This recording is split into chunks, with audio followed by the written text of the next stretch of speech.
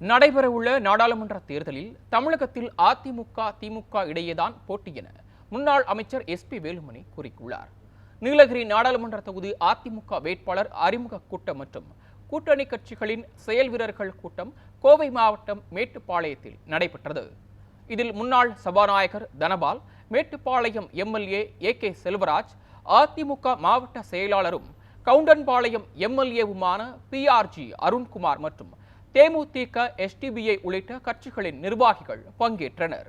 கூட்டத்தில் நீலகிரி அதிமுக வேட்பாளர் லோகேஷ் தமிழ்ச்செல்வனை அறிமுகப்படுத்தி முன்னாள் அமைச்சர் எஸ்பி வேலுமணி பேசினார். அப்போது அவர் திமுக ஆட்சியில் மின் கட்டணம், பால், கட்டுமான பொருட்கள் போன்றவற்றின் விலை உயர்வால் பொதுமக்கள் பாதிக்கப்பட்டுள்ளதாக கூறினார்.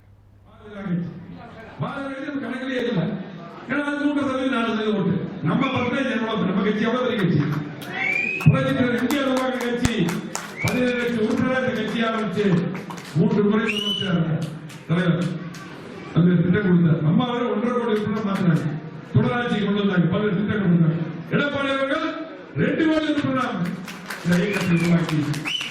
உலகத்திலே ஏழாவது கட்சி, இந்தியாவில் பெரிய கட்சி, தமிழ்நாட்டில் பெரிய கட்சி, நமக்கு திமுக இவ்வளவு பெரிய கட்சி. அதிமுக வேட்பாளர் லோகேஷ் தமிழ்ச்செல்வன். நம்ம எப்படி கூட்டணி பண்ணணும்? அது இருக்கலாம், டெல்லியில் இருக்கலாம், மற்ற மாநிலத்தில் இருக்கலாம், மத்தியில் இருக்கலாம். தமிழ்நாட்டை பொறுத்தவரைக்கு மிக சின்ன கட்சி தான்.